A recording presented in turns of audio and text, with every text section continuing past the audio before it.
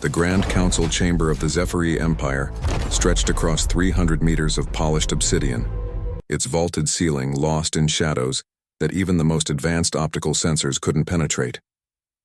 23 species sat in their designated sections, representatives of civilizations that had conquered stars before Earth's sun had even formed. Ambassador Krelthar of the Zephyri stood at the center podium, his forearms spread wide in a gesture of supreme confidence. His scaled hide gleamed under the chamber's lights as he addressed the assembly. "The humans," he began, his voice resonating through the chamber's acoustic amplifiers, "have refused our annexation proposal for the 7th time. Their so-called United Earth Coalition believes they can stand against the combined might of the Galactic Concordance." Murmurs of amusement rippled through the assembled delegates. The humans were a recent addition to the galactic stage, barely 2 centuries since first contact. They controlled a mere 17 systems, primitive by any standard. "I propose," Krelthar continued, "a demonstration of force, 3 battle groups. Their resistance will crumble within a solar cycle. That's when the chamber's doors burst open. An old Vraxian limped forward, his exoskeleton scarred and weathered. One of his 6 legs replaced with a crude mechanical prosthetic. The delegates recognized him immediately. Commander Thexil, hero of the Scorched Reaches campaign, veteran of 40 systems wars. "You will do no such thing." Thexil's voice cracked like breaking ice. Krelthar's eyes narrowed. "Commander, you forget yourself.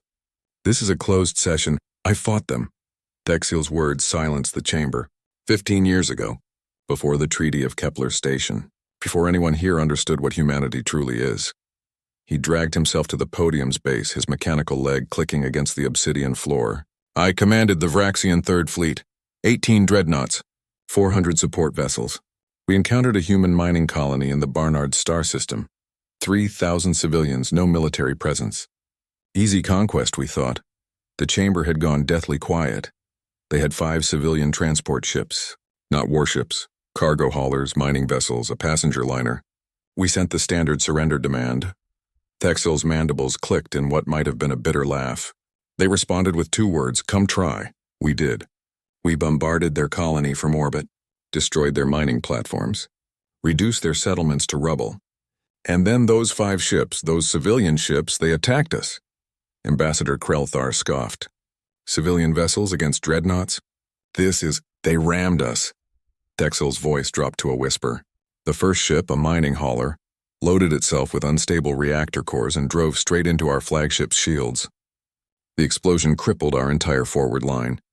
The second ship, a passenger liner, evacuated everyone into escape pods, then used its warp drive as a bomb. It took out 3 of our dreadnoughts." He paused, his breathing labored. "The third ship hacked our communications and flooded our networks with their battle songs. Do you know what humans sing when they're dying? They sing about remembrance, about never being forgotten, about making their deaths mean something. The 4th and 5th ships, they had jury-rigged weapons, mining lasers, cargo manipulators converted to mass drivers, improvised missiles made from ore containers filled with explosives. And they kept coming. Even when we destroyed their engines, they used thruster packs to push their own ships into collision courses." Thexil's good legs trembled.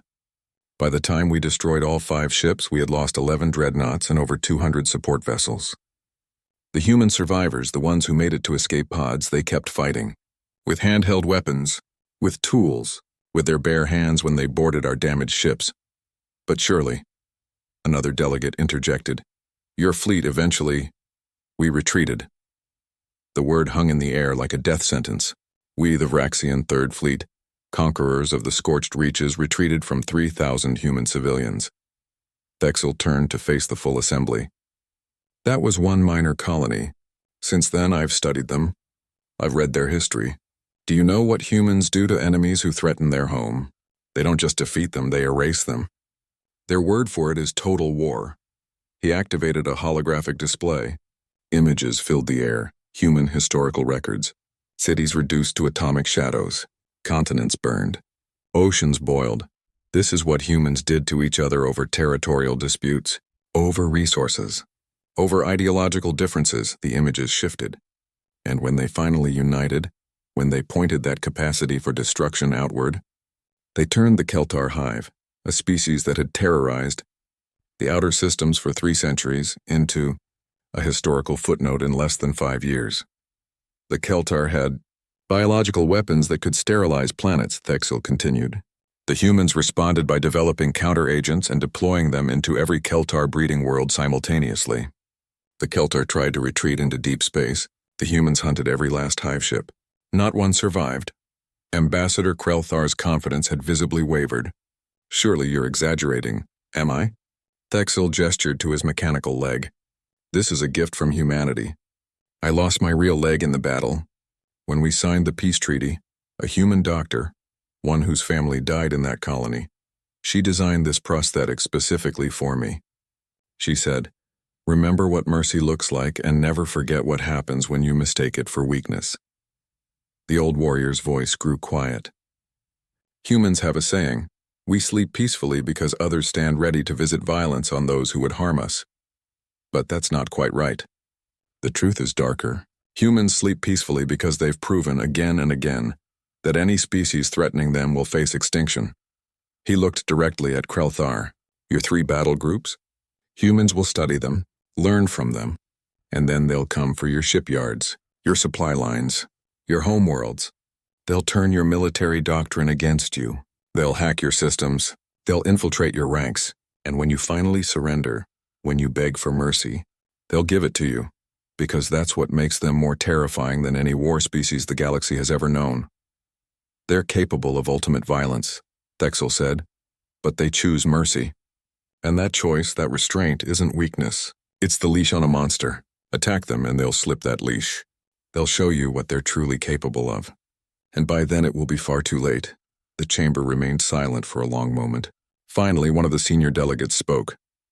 Motion to table the annexation proposal indefinitely. The vote was unanimous.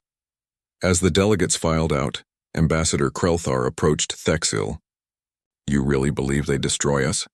The old Vraxian looked at him with eyes that had seen too much. No, Ambassador. I believe they'd destroy us so thoroughly that future civilizations would study our extinction as a cautionary tale. That's the difference. We fight to win. Humans fight to ensure their enemies can never threaten them again. He limped toward the exit, then paused. There's one more human saying you should know. Speak softly and carry a big stick. Humans are speaking softly to us right now. Let's not make them pick up the stick. The doors closed behind him, leaving Krelthar alone in the vast chamber staring at the holographic images of humanity's capacity for destiny.